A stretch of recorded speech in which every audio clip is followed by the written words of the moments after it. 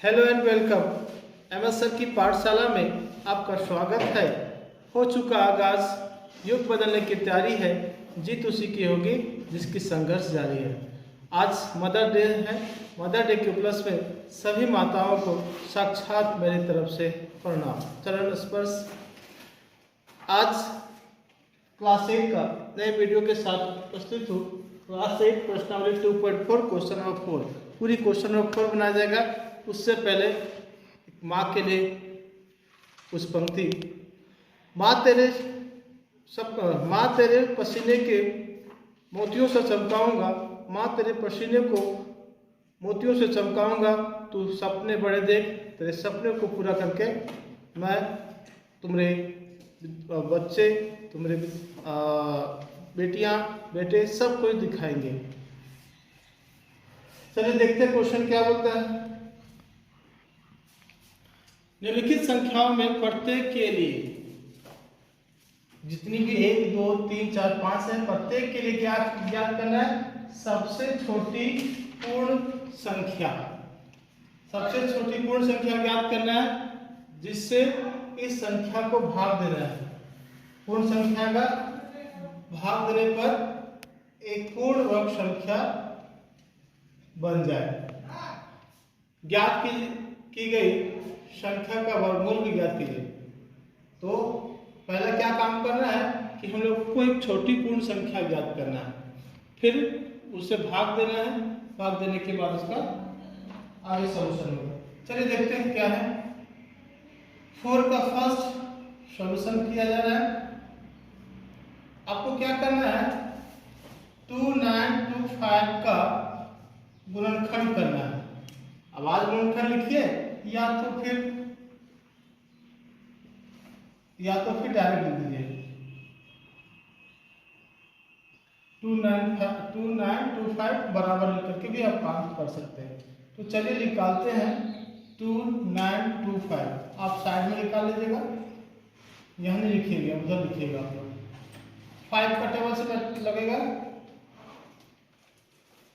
25 25 आपको 5 से डिवाइड करना है। तो क्या आएगा? 25 आएगा, यहाँ हो जाएगा 42 को 5 से तो 8 आएगा, और यहाँ बचेगा 25 आएगा 25। फिर 5 का टेबल से लगाइए 1, यहाँ भी आप लगा सकते हैं 1, और बचेगा 3। शेष पर आया 1173 से इसको लगाएंगे हम लोग। तो यहाँ आएगा 3 3 जा 9, बचेगा 9 10 11 27। फिर आएगा 3, यहाँ बचेगा शेषफल आपका 13। तो 13 एकम 13 है। तो मैंने क्या बोला था आपको लिखने के लिए कि 29 25 का भाग गुणनखंड लिखे या 29 25 बराबर। फिर ये आएगा, इसको लिख दीजिएगा 5 गुना 5 गुना 3 गुना 3 गुना 13। यहाँ ध्यान से देखिएगा, ये मिटा रहा हूं, मेरे पास स्पेस नहीं है, आपको उधर बना रहेगा तब चल जाएगा आपका। यहाँ ध्यान से देखिएगा तो यहाँ एक संख्या जो है वह पेयर में नहीं है। तो कौन सा है? वह है 13। तो यहाँ अगर आप ध्यान से अगर भाषा लिखना चाहे तो लिख सकते हैं।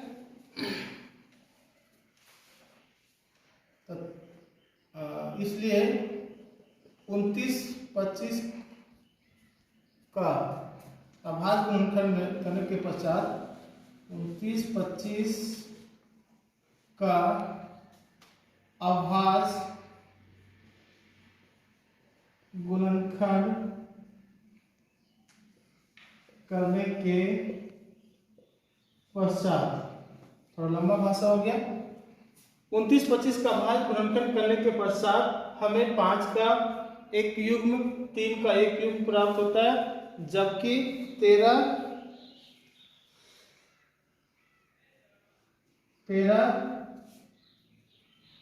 का युग्म नहीं प्राप्त होता है।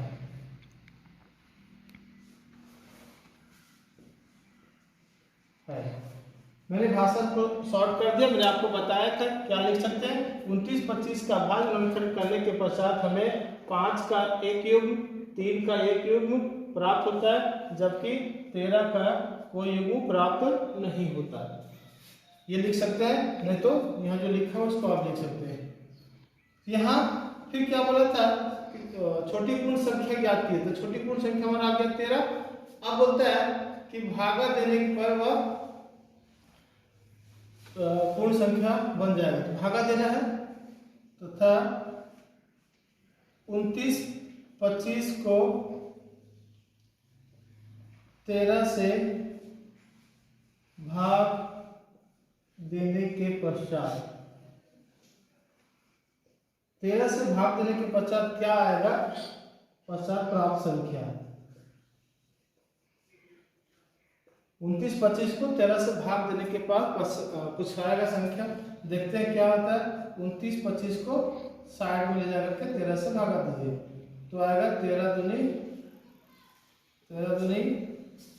यहाँ बचा 9 में 6 3, यह है 32, तो 2 बार में फिर लगेगा 13 दूनी 26, यहाँ बचेगा 6 4 10, 6 आएगा, ये खत्म, यहाँ आएगा 5, 13 5 65, ये कट गया। तो 29 25 को 13 से भाग देने के पश्चात प्राप्त संख्या कितना आएगा, 225 आएगा। अब क्या बोला था कि भाग देने पर वह एक पूर्ण संख्या बन जाएगा, तो ये 225 हमारा पूर्ण वर्ग संख्या बन गया। अब बता फिर बोल रहा है कि संख्या का वर्गमूल ज्ञात कीजिए, मतलब जो संख्या यहाँ प्राप्त होगा उसका वर्गमूल ज्ञात करना है। तो हम लोग अब डायरेक्ट आंसर की ओर चलते हैं। तो बोला था कि सबसे छोटी संख्या, अतः सबसे छोटी संख्या, या यहां लिख सकते हैं अतः भाग दी जाने वाली सबसे छोटी संख्या, कर देते हैं भाग दी जाने वाली सबसे छोटी संख्या बराबर 13। ये आ गया एक आंसर। अब बोला कि इसका वर्गमूल निकालिए, तथा अंडर रूट किसका वर्गमूल निकालेंगे, भाग देने के पश्चात जो आपको प्राप्त होगा नई संख्या उसका, तो लिखिए 225। अब 225 यहाँ अंडर रूट कर लीजिए, करना चाहेंगे तो, नहीं तो कोई दिक्कत नहीं। यहाँ आपके पास क्या बचा था, ये दोनों, तो 5 × 5 कर दीजिए, और यहाँ हो जाएगा 3 × 3। अब इन दोनों को पेयर लगाएंगे तो क्या निकलेगा, इससे 5 निकलेगा, 3 निकलेगा, तो आएगा 15। ये आया आपका पूर्ण वर्ग संख्या। तो बोला था कि संख्या को भाग दिए सबसे छोटी पूर्ण संख्या ज्ञात कीजिए, तो सबसे छोटी पूर्ण संख्या मैंने निकाला 13, और फिर उससे भाग देने के बाद जो पश्चात हमें एक पूर्ण वर्ग संख्या प्राप्त होती है, एक पूर्ण वर्ग संख्या प्राप्त होती है, वह उसका फिर वर्गमूल निकालिए। ये आपको बता दिया गया। चलिए, इसमें भाषा थोड़ा बड़ा हो गया, इसमें थोड़ा सा अभी अबर वाले प्रश्न में भाषा को छोटा करेंगे। अबर प्रश्न क्या है, 396 तो 396 का क्या करना होगा हम लोग को, फिर से उसी तरह प्राइम फैक्टर करना होगा। तो सीधा सीधे लिखिए 396 बराबर, इधर जाके फिर साइड में 396 को 2 से लगा दीजिए, 2 यहाँ बचा 1 या 9, 2 9 और 2 18, फिर लगेगा 2 9 18, यहाँ बचा 1 यहाँ 18, फिर 2 से तो लगेगा नहीं, 3 से लगाइए, 3 3 9, 3 3 9, फिर से 3 से लगाइए, तो बचेगा 11। लिख दीजिए। 396 का हम लोग क्या किए, वर्गमूल किए, तो है सॉरी वर्गमूल नहीं बल्कि अभाज्य गुणनखंड किए। अभाज्य गुणनखंड के बाद क्या आया, 2 × 2 × 3 × 3 × 11। तो क्या एक नई संख्या बच जाती है, इसलिए भाग दी जाने वाली संख्या या छोटी संख्या क्या होगा 11। मैंने आपको इस प्रश्न में भाषा अलग तरीके से बताया था, इसमें अलग तरीके से आपको जो अच्छा लगेगा उसका यूज करके पूरी प्रश्न को हल कर लीजिएगा।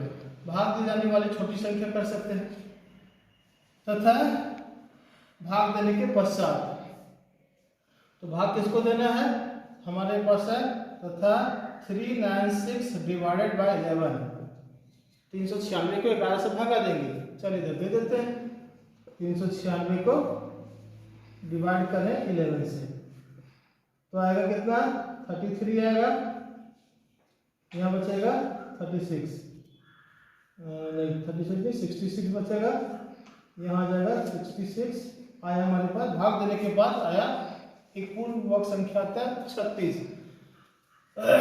अतः सबसे छोटी पूर्ण संख्या जो प्रश्न बोला था उसको निकालने के लिए सबसे छोटी पूर्ण संख्या, तो सबसे छोटी पूर्ण संख्या हमारा कितना आया था 11। ये लिख सकते हैं सबसे छोटी पूर्ण संख्या, या अगर सबसे छोटी पूर्ण संख्या नहीं लिखने वाले तो आप सीधा सीधी लिख दीजिए। अतः सबसे छोटी संख्या, सबसे छोटी संख्या क्या आया 11, एक आंसर आ गया। तथा अब जो ये बचता है 36, इसका वर्गमूल निकालिए।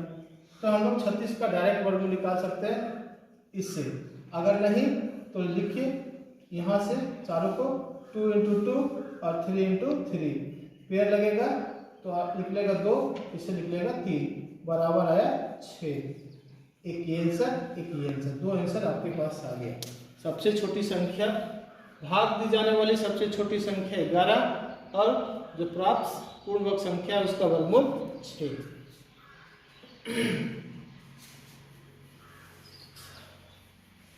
अब उम्मीद करते हैं कि आपको समझ में आ गया होगा।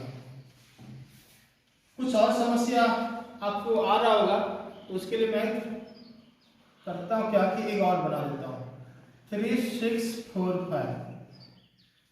जब 3 6 4 5 का क्या करना है फैक्टर निकालिए, प्राइम फैक्टर 5 का टेबल से 35 हुआ, यहाँ बच्चा 14, 5 × 10 हो गया, 5 × 9 45, तो 3 से लगाइए कितना होगा 3 × 6 और 3 × 4 12, 3 × 3 9, फिर 3 से लगेगा 3 × 8 24, 3 × 1 3, फिर 3 से लगेगा 27 आएगा, फिर 3 से लगेगा 9 आएगा, फिर 3 से लगेगा 3 आएगा और अंतिम पड़ा 3 से। तो 3645 का जब हम लोग क्या किए आभाज्य गुणनकरण किए, तो आभाज्य गुणनकरण करने के पश्चात हमारे पास क्या क्या आया 5, 1 2 3 4 5 6 और 3 का 3 जोड़ा हम लोगों को प्राप्त हुआ। यहाँ 5 × 3 × 3 × 3 × 3 × 3 × 3 ये हमारा 3645 का 3645 का फैक्टर है। अब क्या करना है इसको, अभी मैंने बोला था इसलिए इसे पूछा है कि छोटी संख्या, तो लिखिए इसलिए भाग दी जाने वाली छोटी संख्या, भाग दी जाने वाली छोटी संख्या बराबर क्या है जो रेस्ट बचा हुआ। पहला का जो भाषा समझाए हैं इसका उसको जरूर ध्यान रखिएगा क्योंकि बेस वही था। यहाँ मैंने सब में छोटा कर दिया, शॉर्ट कर दिया। भाग दी जाने वाली छोटी संख्या जो अतिरिक्त बच जाता है, जिसका युग्म नहीं मिलता, जिसका पेयर नहीं मिलता, उसको लिख देते हैं। तो भाग दी जाने वाली छोटी संख्या हमारा आ गया 5 तथा 3 6 4 5 को भाग देना है कितना से 5 से। भाग देने के पश्चात प्राप्त संख्या आएगा भी 3 6 4 5 को क्या करना है 5 से डिवाइड करना है। तो डिवाइड करिए 5 7 35 हो जाएगा, यहाँ 1 बचेगा 4 10 हो जाएगा, 4 बचेगा 5 आएगा, आया 45। तो हमारे पास भाग देने के पश्चात क्या आया 7 to 9।